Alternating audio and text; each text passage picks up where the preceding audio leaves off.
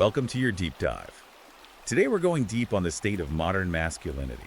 It's a topic you flagged as really important, and we've got a ton of sources here, a lot to unpack. Looks like you're trying to understand how all the societal shifts are impacting men, especially in relationships and when it comes to leadership. Yeah, it's fascinating stuff. So let's jump right in. Sounds good. I'm seeing some big themes already emerging from the material you've shared. The decline of the traditional family, the impact of the media, the rise of that whole red pill movement. It seems like you're trying to connect the dots and understand what it all means for men today. Absolutely. And what's really interesting is how all these themes kind of intertwine. You can't really talk about masculinity today without looking at the massive societal changes over the past few decades, the sexual revolution, feminism, the shift towards more egalitarian society. All of those have had a profound impact on traditional male roles and expectations. And your sources dive deep into those changes. For example, there's a lot of discussion about the decline of marriage and the rise of single-parent households. One author even calls it a societal earthquake, saying this father gap has serious consequences, especially for boys. Right. And it's not just speculation. The sources highlight some pretty hard-hitting statistics. Over 40% of children in the U.S. are now born to unmarried mothers. It's a massive jump from just a few decades ago, and it's definitely having a ripple effect across society. Yeah, it's like a domino effect almost. These sources really make a point that this lack of fathers in the picture impacts boys in almost every area of their lives. Their development, their sense of purpose, even their performance in school, and their ability to form healthy relationships later on. Absolutely. And one of the sources draws a really compelling comparison between the decline of fatherhood in the Roman Empire and what we're seeing today. Oh, wow. It really makes you think, could that be where we're headed to? That's a crazy thought. It is, isn't it? That's a thought-provoking parallel. That source really drives home the point that as the traditional family structure in Rome crumbled, so did their social order, and eventually even their power. Makes you wonder if strong families are really the foundation of a strong society. Definitely something to consider. And speaking of history, you also highlighted material about the post-World War II era, which shed some light on this issue as well. Right. That source talks about how returning soldiers often struggled to adjust to civilian life. Many turned to alcohol or, even abandoned their family. It's heartbreaking, really. And it created a generation of fatherless boys, who in turn grew up to be the men of the 60s and 70s, often rebelling against authority and rejecting traditional values. Yeah, it's a tragic cycle, and it's hard not to wonder if we're seeing a similar pattern play out today, generations later, It's a scary thought. It is.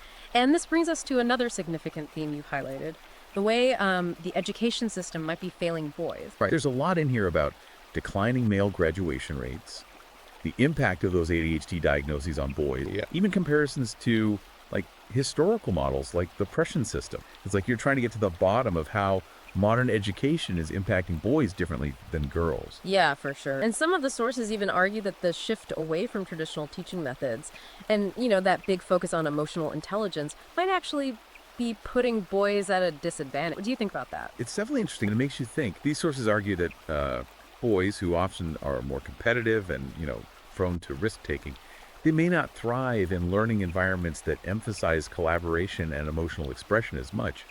It almost seems like they're asking, are we neglecting boys' natural tendencies instead of harnessing them? It's a valid question, and it's definitely backed up by some pretty stark statistics. In the 1960s, men made up nearly 60% of college graduates. Today, that number has flipped, with boys accounting for just 40%. That's a dramatic shift. It makes you wonder if the education system is really serving their needs. Right, and there's a powerful anecdote in one of the sources that really stuck with me. A mother shares the story of her son, who was diagnosed with A.D.H.D. after his school got rid of recess and competitive sports. Her point was that his natural energy and need to move were pathologized. He was basically medicated into submission. Wow, that's pretty intense. And, some sources even go as far as to compare the modern system to historical models like the Prussian system, which really focused on, discipline, rigor, and competition. Right, and they argue that those systems produced some of history's most influential thinkers because they challenged boys and encouraged them to push their limits. Yeah, it's a stark contrast to how we approach education today, that's for sure. It really is. And speaking of stark contrasts, let's move on to another fascinating theme you've highlighted. This is where things get really interesting. The rise of the red pill movement. Oh yeah, that's a big one. It seems like you're really digging into its critiques of modern dating dynamics, the concept of hypergamy, and the lasting effects of the sexual revolution. Right. It feels like you're trying to understand why this movement has gained so much traction, Eh, especially among men who feel disillusioned with modern relationships. Definitely. One of the sources even describes it as like a direct response to the perceived failures of modern feminism and the confusion men feel about their role in today's dating world. Yeah, I can see that. It's like men are looking for answers and explanations in a world where the old rules don't seem to apply anymore. Exactly. And the red pill, for better or worse, offers them a framework for understanding what they're seeing, particularly when it comes to, the concept of hypergamy. Right, that idea that women are naturally drawn to men who possess higher status. I can see how that would be a tough pill to swallow, so to speak. Yeah. But some men feel it explains why they're struggling in the dating world. I get it. It's a controversial theory, for sure, but one that resonates with a lot of men. And, that same source also argues that the sexual revolution, while liberating in many ways, it kind of created a commitment vacuum where those traditional relationship expectations were completely turned upside down. Yeah, like all the rules were thrown out the window. Exactly. And without those clear expectations, it can feel like a free-for-all out there. Definitely. Leaving a lot of men feeling lost and uncertain about how to navigate the modern dating landscape. Yeah, for sure. It's a whole new world out there, and the rules of the game have definitely changed. It's a jungle out there. It is, yeah. And it's not just the dating scene that's in flux. Your sources also dive into the impact of no-fault divorce laws. They argue that they've kind of tipped the scales in a way that often leaves men feeling disadvantaged. That's a perspective you don't hear very often. What are the sources saying specifically? Well, they argue that these laws have created a system where men often face huge financial burdens in divorce settlements and can even lose custody of their children, even when they've been actively involved in raising them. Right. It's a sensitive topic for sure, but one that clearly resonates with you since you've highlighted these sections. It makes sense that this would contribute to the frustration and the sense of unfairness that a lot of men are feeling these days. Like they're playing by a set of rules that are stacked against them. Exactly. And it's not just societal factors at play here either. Your sources also delve into the biological underpinnings of masculinity, with a particular focus on the role of testosterone. One even proposes a hormonal hierarchy. Okay, now that sounds intriguing. What is that all about? Well, it goes beyond just the obvious physical effects of testosterone. It suggests that testosterone also influences those key personality traits, like assertiveness, competitiveness, and resilience, which have traditionally been associated with leadership roles. So are they saying that men are biologically predisposed to be leaders? That's the gist of it, yeah. The source even uses historical figures like Winston Churchill and Alexander the Great as examples of how these testosterone-driven traits have shaped history. Interesting. It makes you think about that whole nature versus nurture debate. If men are biologically wired for leadership, then how does that square with the idea that leadership is a social construct? Right. That's the million-dollar question. And it's something that your sources grapple with as well. It seems like you're really trying to understand that interplay between biology and those societal influences, when it comes to masculinity. It's like trying to untangle a really complicated knot. Yeah, it is. But speaking of leadership, you've also highlighted a lot of material about the importance of those positive male role model. It seems like you're concerned about the messages boys are receiving about, what it means to be a man in today's world. That's true. I'm seeing a lot here about the lack of strong male role models in the media and how that impacts boys' self-esteem. The sources also talk about the need for mentors and father figures, which kind of brings us back to what we were discussing earlier about that whole father gap. It's all connected. One source even talks about the what they call the male incompetence trope that's so common in movies and TV shows these days. Oh yeah, I know exactly what you mean. The bumbling dad who can't do anything right, or that husband who's constantly being outsmarted by his wife. Right, it's like they're making men the butt of the joke all the time. Exactly, and the source argues that these portrayals can have a real impact on how men see themselves. And how women see men, Right. It's like they're feeding into this narrative that men are just, incompetent or incapable. And they can't be good for anyone. Not at all. That's why those sources emphasize the importance of those real-life role models. Men who embody strength, responsibility, and purpose. Men who can, actually show boys what it truly means to be a good man. It makes you wonder if that's part of the reason why those mentoring programs like Big Brothers Big Sisters are so impactful. They provide boys with that one-on-one mentorship and guidance from, a positive male figure. Yeah, for sure. Those programs can be real game changers for boys who are lacking those positive male influences in their lives. It's Yeah. about showing them a different path, a different way of being. Yeah, like giving them a blueprint for manhood. Exactly. And speaking of blueprints, you've also flagged a lot of material about male self-improvement. It seems like you're looking for those concrete steps that men can take to better themselves in their lives. True.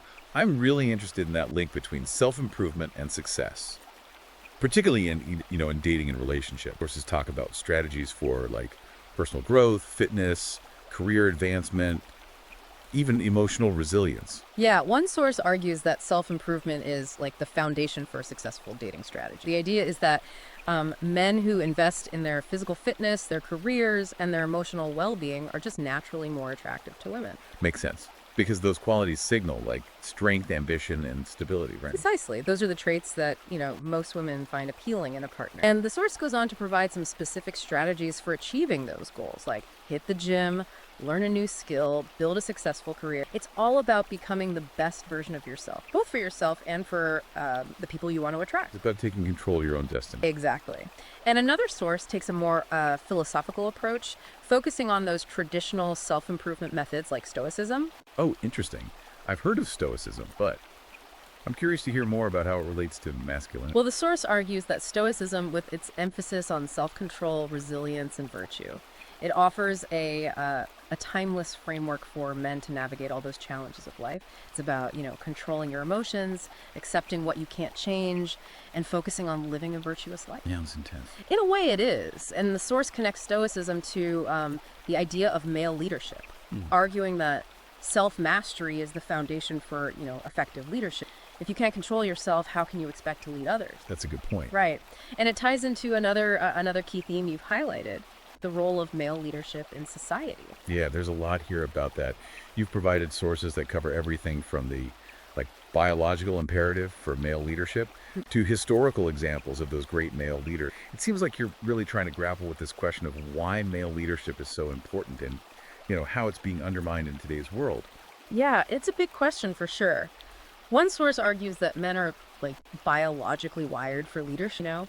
Pointing back to that hormonal hierarchy theory we talked about earlier, they use examples like Winston Churchill and Julius Caesar to illustrate how those testosterone-driven traits have shaped the course of history. It's hard to argue with those examples. It is, isn't it? And another source tackles this idea of the what they call the leadership paradox, where society demands male leadership, but then criticizes the very qualities that make men effective leaders. Interesting. It's like a double standard. Exactly. Men are expected to be strong and decisive, but then they're labeled as toxic or aggressive when they actually display those traits. It's like a no-win situation. It sounds incredibly frustrating. It is. It is. And that's why your sources emphasize the importance of men, stepping up and reclaiming those leadership roles, both in their personal lives and in society as a whole. So it's about leading by example. Absolutely. And it's about setting a standard for what healthy masculinity actually looks like. Right.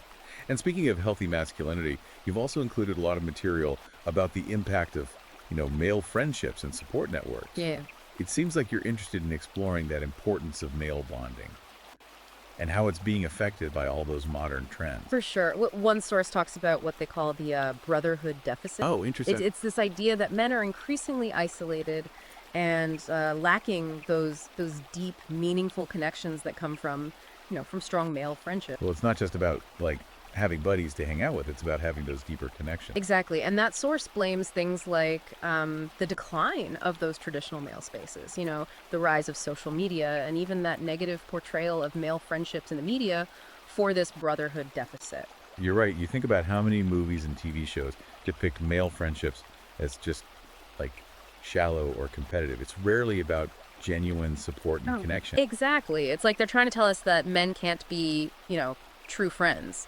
But your sources argue otherwise. They point to the historical significance of male support networks, using examples like the Freemasons and the Knights Templar. Those are fascinating examples. What was it about those groups that made them so, successful? Well, they provided men with a sense of belonging, purpose and community. They offered structure and accountability, which, as we discussed earlier, can be incredibly valuable, especially in a world where those traditional social structures are kind of breaking down. Right, right.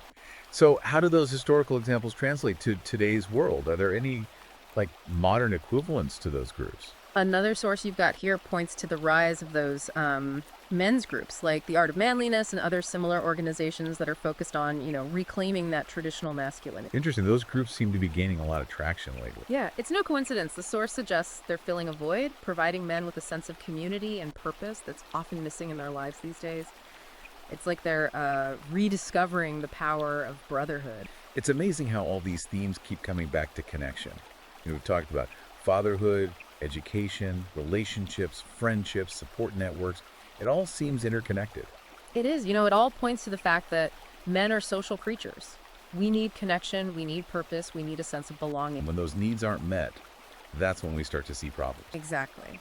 And that brings us to another crucial theme you've highlighted, the impact of, male-female relationships on men's overall well-being. Yeah, that's a big one. It looks like you're really trying to understand all the complexities of the modern dating scene and how men can actually navigate it successfully. Right. You've included sources that explore everything from the dynamics of attraction to the challenges of online dating to the role of male leadership in shaping healthy relationships. It's like you're trying to decode the secrets of successful relationships. It can definitely feel like a puzzle sometimes, especially with the rise of, dating apps and social media. It feels like the rules of the game have completely changed. Yeah, you're right. One source argues that these platforms have they've intensified the effects of hypergamy. That concept we discussed earlier about women being drawn to men of higher status. Right. So how do men even begin to compete in that kind of environment? Well, that same source emphasizes the importance of self-improvement. It's about leveling up your game, so to speak, becoming the best version of yourself so that you can attract the kind of partner you want. So it's about investing in yourself before you can expect anyone else to invest in you. Exactly. And another source takes a more traditional approach, advocating for a return to clearly defined gender roles in relationships. Interesting. What are they advocating for specifically? Well, they argue that when men take on that traditional leadership role, providing and protecting, it creates a sense of security and stability that benefits both partners. It's a view that, challenges a lot of those modern relationship norms, but one that some people find appealing. Makes you think. It definitely makes you think about the different ways relationships can work. Exactly. And that's the beauty of exploring all these different perspectives. It's about finding what works for you and your partner, regardless of, what society might dictate. One thing that keeps coming up in these sources is this idea that men are being told they need to be more emotionally expressive, more vulnerable, but at the same time, they're being criticized for being, too aggressive or assertive. It's kind of a mixed message. Yeah, you've hit the nail on the head. Your sources refer to this as the masculine paradox. Men are caught in this double bind where they're told to be sensitive and in touch with their feelings, but then they're punished for expressing those feelings in ways that are deemed inappropriate. So they're damned if they do and damned if they don't. Exactly. And this, this paradox creates a lot of confusion and frustration for men. They're getting mixed signals about what it really means to be a man in today's world. It's like they're trying to fit into a box that keeps changing shape. That's a great analogy. And it's why it's so important to have those, clear, consistent messages about masculinity, messages that affirm the value of strength, courage, and responsibility without demonizing those qualities, or suggesting that men need to suppress their natural instinct. So it's about finding that balance, that sweet spot where men can be both strong and sensitive, assertive, and compassionate. Absolutely. And speaking of messages, you've also highlighted a lot about how the media portrays men, particularly in movies and TV shows. It's true. So many male characters these days are either portrayed as bumbling idiots or, heartless villain. It's like there's no middle ground. Yeah, and your sources argue that these portrayals are incredibly damaging. They're shaping the way men see themselves and the way women see men. They're perpetuating those negative stereotypes that can have, real world consequences. Creating this self-fulfilling prophecy where men start to believe those stereotypes and then act accordingly. Exactly. One of your sources even uses the term media emasculation cycle to describe this phenomenon. It's a vicious cycle, and it's hard to break. So what can we do about it? Well, the sources suggest that we need to be more critical of the media we consume. We need to seek out those alternative narratives that offer a more balanced and nuanced view of masculinity. So it's not about like boycotting all media, but about being more discerning about what we choose to watch and listen to. Exactly. And speaking of seeking out those alternative narratives, another theme that's come up repeatedly is that decline of traditional male spaces. Right. There's a lot in here about that. There's a lot of discussion about how the loss of these spaces, like, men's clubs, fraternities, even just those informal gatherings, is contributing to the isolation and loneliness that a lot of men are feeling these days. Yeah, those spaces used to provide men with a sense of belonging, purpose, and camaraderie. It's where they learned how to be men, how to interact with each other, how to navigate those challenges of life. Like they've lost their tribe. Exactly, and the sources argue that we need to create new spaces, both physical and virtual, where men can connect and support each other. So are they suggesting we like try to recreate those old school men's clubs?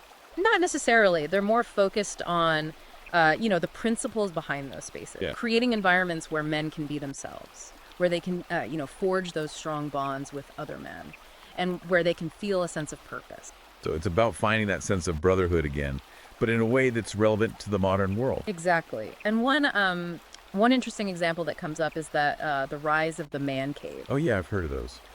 Are they seen as a positive development? It's a bit of a mixed bag. The source acknowledges that, man caves can provide a temporary escape from the pressures of the world. Like sanctuary, where a man can just be himself without judgment. Right, but the source also cautions that, man caves can become a symbol of isolation if men retreat into them too much. So beneficial in moderation. But they shouldn't become a man's entire world. That's the idea. It's about finding that balance. It's interesting how so many of these sources keep pointing back to history for answers. You're right. They draw inspiration from, ancient Sparta, the Roman Empire, even those medieval guilds, to understand how men thrived in the past. It's like they're searching for that lost blueprint for masculinity. Exactly. And they argue that we can learn a lot from those historical models.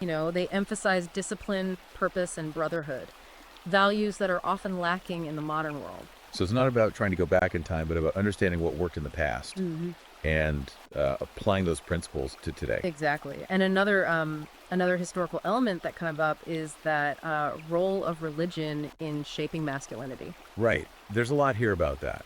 You've highlighted sections that explore the connection between, faith and purpose, the importance of those religious rituals for men, and that decline of religious belief in modern society. It seems like you're really wrestling with this question of whether religion is a necessary component of healthy masculinity. It's a question that a lot of men grapple with, yeah.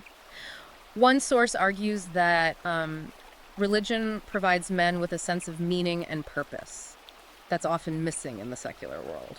Right, so it's about having something larger than yourself to believe in. Exactly, and that source suggests that those religious rituals, like prayer and communal worship, they offer men a way to connect with something transcendent, something that gives their lives mening. But what about men who aren't religious? Are they doomed to live meaningless lives? Not at all. Your sources acknowledge that there are other paths to finding meaning and purpose. It could be, pursuing a passion, connecting with nature, serving your community, anything that gives you that sense of transcendence. So it's about finding that thing that lights you up, that makes you feel alive. Exactly. And it's about, contributing to something larger than yourself, whether that's your family, your community, or even, the world. One thing that really stands out to me from all these sources is this emphasis on action. You're right. It's not enough to simply understand the problems facing men today. We need to actually, take action to solve them. Whether that's through self-improvement, building stronger relationships, advocating for change in our communities, or just, being better men in our everyday lives. Exactly. It's about taking ownership of our lives and our masculinity and being the change we want to see in the world. Yeah, it really does feel like a call to action, doesn't it? It's not enough to just sit around and talk about these issues. We need to actually, do something about them. Absolutely. And that sense of urgency really comes through in the material you've provided. There's a lot of talk about this feeling that traditional masculinity is under attack, that men are being demonized just for being men. Right. One of the sources even goes so far as to call it a war on masculinity, which, that sounds pretty intense. Yeah, it's a strong statement for sure. And I think it reflects the the frustration that a lot of men are feeling. They're being told that everything about their nature is inherently toxic or problematic. It's like they can't win. Right, but your sources push back against that narrative, right? They argue that masculinity in its true form is actually a force for good in the world. Exactly. They point to countless examples of men throughout history who've embodied strength, courage, leadership,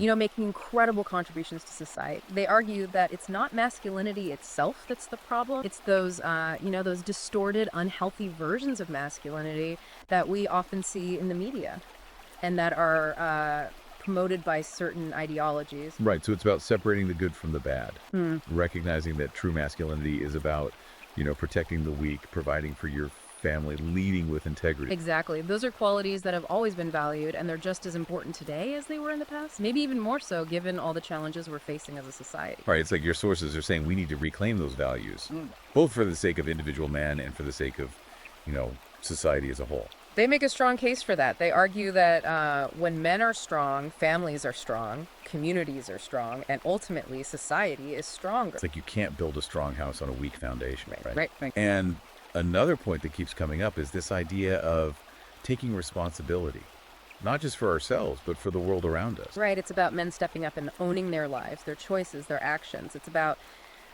rejecting that victim mentality and embracing the challenges of being a man in the modern world. One source talks about the need for a masculine code of honor. What does that mean exactly? It's a powerful concept. It's about men holding themselves to a higher standard, living with integrity, being accountable for their actions, treating others, especially women, with respect. It's about, being the kind of man that others can look up to and rely on. Like being a man of your word, a man of principle, a man who does what's right, even when it's hard. Exactly. And that source goes on to say that this code of honor should also guide men's interactions with women. It's about treating women with respect, but also about expecting a certain level of respect in return. So it's about creating a dynamic of mutual respect and understanding, recognizing that both men and women have, valuable roles to play in society. Right. It's about recognizing the inherent differences between the sexes and celebrating those differences, rather than trying to, erase them. It's fascinating how all the themes we've been discussing, fatherhood, education, relationships, friendships, leadership, self-improvement, they all seem to fit together like pieces of a puzzle. They do, don't they? It's like each piece builds upon the other, creating a more complete picture of what it means to be a man in the 21st century. And it's a picture that's, far more nuanced and complex than those stereotypes that we often see portrayed in the media. Absolutely. It's not about conforming to a single rigid definition of masculine. It's about embracing the full spectrum of, what it means to be a man, with all its strengths and challenges and contradictions. It's about being the best man you can be, for yourself, for the people you love, and for the world around you. Well said. And, at the end of this deep dive, it seems like you've really grappled with some challenging questions. You've explored those historical examples, analyzed those societal trends, examined those biological factors. You've clearly put a lot of thought into this. It's been a journey, for sure. It has. And it's clear that you're committed to understanding the challenges men face today and figuring out how to navigate a world that's changing so rapidly.